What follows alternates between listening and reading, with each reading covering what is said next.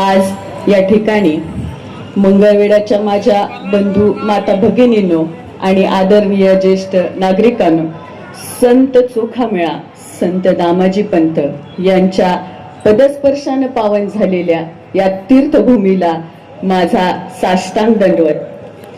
तीर्थ म्हणजे पवित्र स्थान, तीर्थ म्हणजे पवित्र भूमी, तीर्थ म्हणजे शुद्धता, पावित्र्य आणि उद्धाराचं प्रतीक। मंगळवेढा ही संतांची भूमी आहे आणि लाखो भाविकांचं तीर्थस्थान आहे। या भूमीचं नाव लौकिक वाढवणारे आणि तिचं पावित्र्य जपणारे आपलं पॅनल आहे, म्हणून आपण त्याचं नाव तीर्थक्षेत्र विकास आघाडी ठेवलंय। मंगळवेढ्याच्या ऐतिहासिक आणि धार्मिक पावित्र्याची जाणीव ठेवून आघाडीनं या भूमीच्या विकासाला सर्वोच्च प्राधान्य दिलेलं आहे। मंगळवेढ्याच्या पावन भूमीला केवळ राजकारणी नव्हे तर मनाने सच्चे निस्वार्थ नेतृत्व हवाय।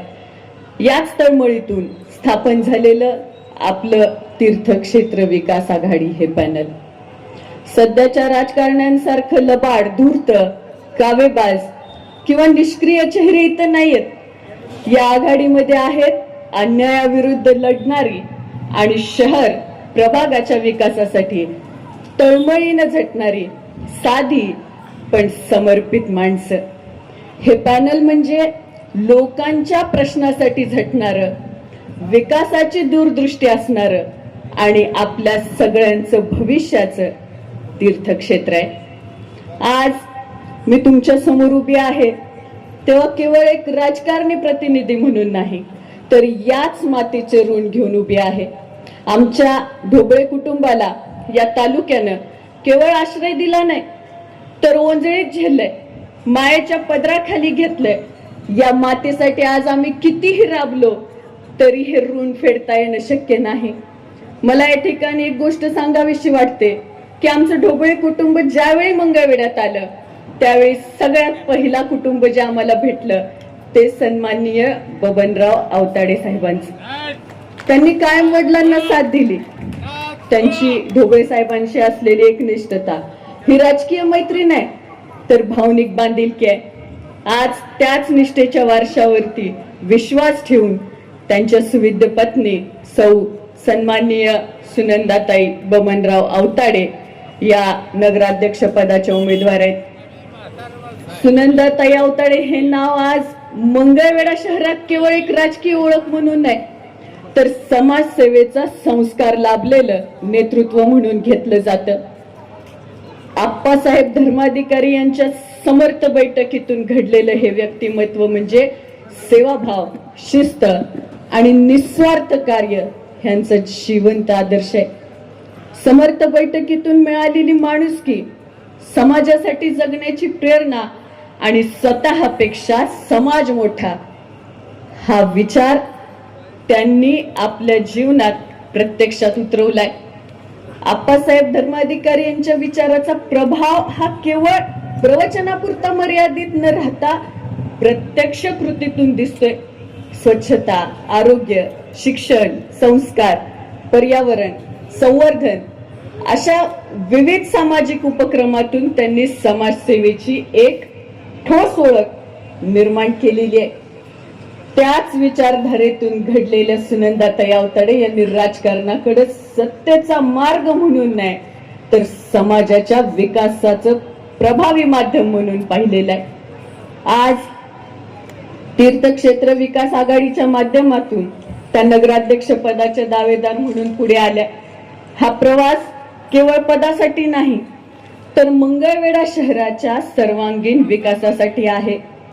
तीर्थक्षेत्राचा विकास, स्वच्छ सुव्यवस्थित शहर रचना, नागरिकांना मूलभूत सुविधा, सामाजिक सलोखा आणि सांस्कृतिक जपणूक ह्या सर्व बाबींसाठी त्या कटिबद्ध आहेत। सन्माननीय धर्माधिकारी विचारातून घडलेली ही नेतृत्व शैली मंगळवेढ्यासाठी एक नवा आशेचा किरण ठरत आहे। खऱ्या अर्थानं सुनंदाताई आवताडे ह्या समर्थ, सक्षम आणि विश्वासार्ह उमेदवार आहेत। या निष्ठेच्या नात्याला तुमचं प्रेम मिळेल ही खात्री आहे। बंधू आणि भगिनींनो, आज मी तुम्हाला आरसा दाखवायला आलेले. गेल्या 15 वर्षामध्ये मंगळवेढ्याच्या विकासाचा रथ कुठं येऊन थांबलाय. साठेनगर भीमनगरची अवस्था आजही जैसे थे काय. आम्ही साठेनगरमध्ये 4 घरी जाऊन फक्त चहा पिऊन आलो तर लोकांच्या पोटात दुखायला लागतं. पण मी ठामपणे सांगते, साठेनगर हे आमचं कुटुंब आहे, आमचं घर आहे. आमच्या घरात आम्ही आलो तर कुणाच्याही पोटात दुखायचं काय कारण आहे. गावाच्या चौकात मोठेपणाच्या गप्पा झाडणाऱ्यांनी दुसऱ्याच्या खांद्यावर बंदूक ठेवून नेम धरायचा नसतो आणि टोळक्यांसोबत राहून राजा बनण्याचं स्वप्न बघणाऱ्यांनी जंगलात सिंहाच्या जागेसाठी हट्ट करायचा नसतो. मला एवढंच सांगायचं आहे की माचीसच्या काडीला डोकं असतं पण मेंदू नसतो. म्हणून थोड्याशा घर्षणानं ती पेटून उठते आणि स्वतःच जळते. आपल्याला काहीच करायची गरज नसते, आपण शांत राहायचं. कारण आपण जगण्या आणि जगवण्यासाठी आहोत, जळण्यासाठी नाही. मी राष्ट्रवादी काँग्रेस शरद पवारचंद्र पक्षाची महिला प्रदेश उपाध्यक्ष आहे. आदरणीय पवार साहेब आणि सन्माननीय सुप्रियाताई सुळे यांनी आमच्यावर ही जबाबदारी दिली. पवार साहेबांनी आम्हाला शिकवले की फक्त राजकारणासाठी माणुसकी विसरू नका. पद येतं जातं, ते फक्त 5 वर्षासाठीच असतं, पण नाती गोती आयुष्यभरासाठी असतात, ती तोडू नका. माणसं जपली की कोणतीही लढाई सोपी होऊन जाते. त्यांनी हेही शिकवलं की दुसऱ्याची रेषा न पुसता आपली रेषा मोठी करा, हा स्पर्धेचा नियम आहे आणि आम्ही तोच नियम पाळतोय. एक काळ असा होता जेव्हा याच लोकांनी आमच्या कुटुंबाला विरोध केला. त्यावेळी याच लोकांनी विश्वासघात करून पाठीत सुरा खुपसण्याचं काम केलं. त्यावेळी आम्हाला पण वाईट वाटलं होतं, पण आम्ही त्यांचा सूड उगवला नाही. आम्ही कुणाची दारं बंद केली नाहीत. आम्ही आजही कष्ट करतोय, संघर्ष करतोय आणि प्रामाणिकपणाने लढतोय.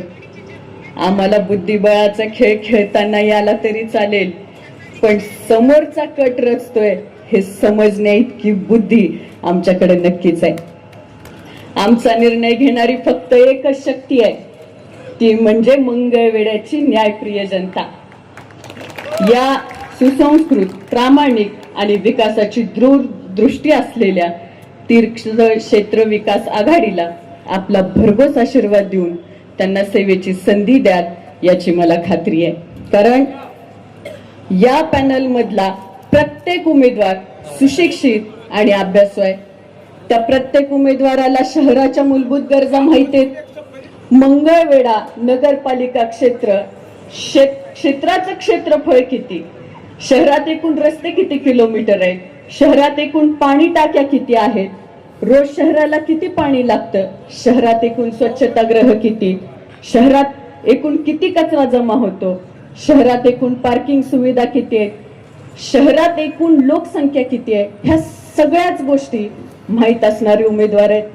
पण मंगळवेढा नगरपालिकेची निवडणूक जशी जाहीर झाली तेव्हापासून जसजशी निवडणूक रंगात येईल तसतसे एक आंतरराष्ट्रीय लेवलचा ट्रेंड पाहायला मिळतोय.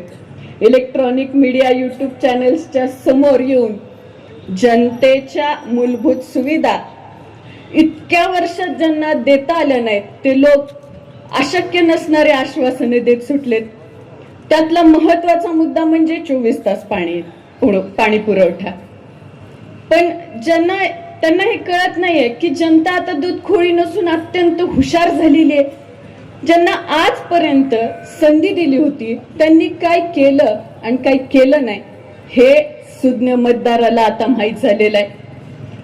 अजून एक गोष्ट काल ऐकली. सन्माननीय आमच्या चित्राताई त्या बोलल्या की त्यांच्या पक्षाच्या अधिकृत उमेदवाराला निवडून दिलं म्हणजे लाडक्या बहिणींना न्याय मिळाला असं होईल. पण ताई विसरल्या असतील की लाडकी बहीण ही योजना सरसकट सगळ्याच बहिणींसाठी नसून काही ठराविक महिलांनाच त्याचा लाभार्थी होता येणार आहे. प्राध्यापक असणाऱ्या किंवा लाखोंचा पगार असणाऱ्या महिला लाडकी बहीण होणार नाहीत. पण तरी सुद्धा त्यांनी असं वक्तव्य केलं काय पण त्याचा अर्थ नेमका कोणत्या बहिणीसाठी होता हे आपण समजून घेतलं पाहिजे. आणि जाता जाता मंगळवेडेकरांना थोडक्यात सांगायचं म्हणजे इलेक्शन म्हणजे 2, 5, 10,000 रुपये मिळवण्याची संधी आहे असं समजणारा अज्ञानी मतदार जिथं आहे तिथला समाज कधीही विकास आणि प्रगतीचा सूर्य पाहू शकत नाही. निवडणुकीच्या काळात या पक्षातून त्या पक्षात धडाकेबाज पक्ष प्रवेश करणे याला चळवळ नाही तर स्वतःच घर भरण्यासाठी केलेली वळवळ असं म्हणतात. सध्याचं राजकारण म्हणजे IPL सारखं झालंय. चांगले प्लेयर विकत घ्यायचे आणि जिंकून पैसे कमवायचे. पक्षनिष्ठा वगैरे अंधश्रद्धा राहिली आता. खांद्यावर हात ठेवणं आणि खांद्यावर बंदूक ठेवणं यामध्ये लय फरक आहे बरं का. आधार आणि वापर यामधलं राजकारण कळलं पाहिजे. तेलात तळलेली मिठाई, एक्सपायर झालेली दवाई, हरामची कमाई आणि पळून आलेली बाई या 4ही गोष्टी मृत्यूच्या दारात नेतात. दुसऱ्याच्या पराभवाची वाट बघणाऱ्याला हे समजतच नाही की दुसऱ्याच्या वेगावर लक्ष ठेवता ठेवता त्याचा स्वतःचा वेग आपोआप कमी होत असतोय. लायकी लाटा पेलण्याची असेल तर समुद्राला भिडा. उगाच हाताने आबाळाची माप काढायची नसतात. बोलणाऱ्यांनी आधी आपल्या चारित्र्यावरचे डाग बघावेत. उगाच विरंगुळा म्हणून लोकांची माप काढायची नसतात. मोकळं भांडे दिसलं म्हणून माणूस मागायला निघाला असं समजू नये. कदाचित त्यानं आपल्या जवळचं सगळं आधीच कोणाला तरी दिलं असेल. आम्ही खरं बोलून आरसा दाखवतो पण त्या आरशात तुमचेच खोटे चेहरे बघून तुम्हाला राग येत असेल तर त्यात आमची काय चूक आहे. असो तर बदल हा निसर्गाचा नियम आहे. तो बदल घडणार आहे आणि तो तुम्ही सगळेजण घडवणार आहात. आपलं एक मत आपल्या कुटुंबाचं, शहराचं भविष्य घडवू शकतं आणि बिघडवू पण शकतं. म्हणूनच विचारपूर्वक मतदानाचा हक्क बजावा आणि मंगळवेढा शहराच्या उज्ज्वल भविष्याला साथ द्या. आज जाता जाता रिक्षा या चिन्हाला मतदान का करायचं ते थोडक्यात सांगते आणि थांबते. हरिपाठ म्हणजे जीवनाचं सार. असं म्हटलं जातं की जो हरिपाठ एकरूप होऊन वाचतो त्याला जगण्याचा सार आपसुकच समजतो. त्याला काळाचाही भय राहत नाही. त्यांना जीवनाचा अर्थ समजतो. हरिपाठात, हरिनामात इतकं जबरदस्त ताकद आहे की आपल्याला निजधामापर्यंत सहज पोहोचता येतं. ज्ञानदेव सांगतात, नित्य सत्य नित्य हरिपाठ, ज्यास कळी काळ त्यास न पाही दृष्टी. रामकृष्ण उच्चार अनंत राशी, तव पापाचे फळ पळती पुढे. हरी हरी हरी हा मंत्र शिवाचा, म्हणती जे वाचा तया मोक्ष. महाराज हरिनाम किती पुरातन आहे हे सांगताना श्री शंकराचाच दाखला दिलेला आहे.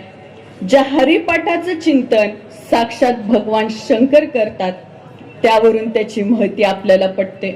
ज्यांना मोक्षाची अपेक्षा आहे त्यांनी श्री शंकराच्या हरी हरी हरी या मंत्राचा जाप जरी केला तरी त्यांना नक्कीच मोक्ष प्राप्त होतो अशी ग्वाही ज्ञानदेव देतात. असा सत्संग सांगणाऱ्या आमच्या आबी, त्यांना बघितलं की आपली आई आठवल्याशिवाय राहत नाही. आईचे गोडवे किती गावे, आईबद्दल किती लिहावं, आईबद्दल कितीही बोललं तरीही ते पुरं पडेल का. प्रेम स्वरूप आई, वात्सल्य सिंधू आई, बोलावं तुझं आता मी कोणत्या उपाय.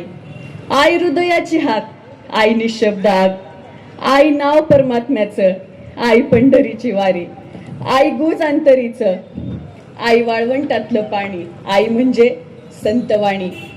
आई नसे केवळ काया, आई ओंजळभर माया, आई अंगणाची तुळस, आई मंदिराचा उंच कळस, आई गगन भरारी, आई कोमलांतकरण, आई दुधाळ सावली, आई एक अक्षयदान. आई असं म्हणताना कंठदाटून येतोय.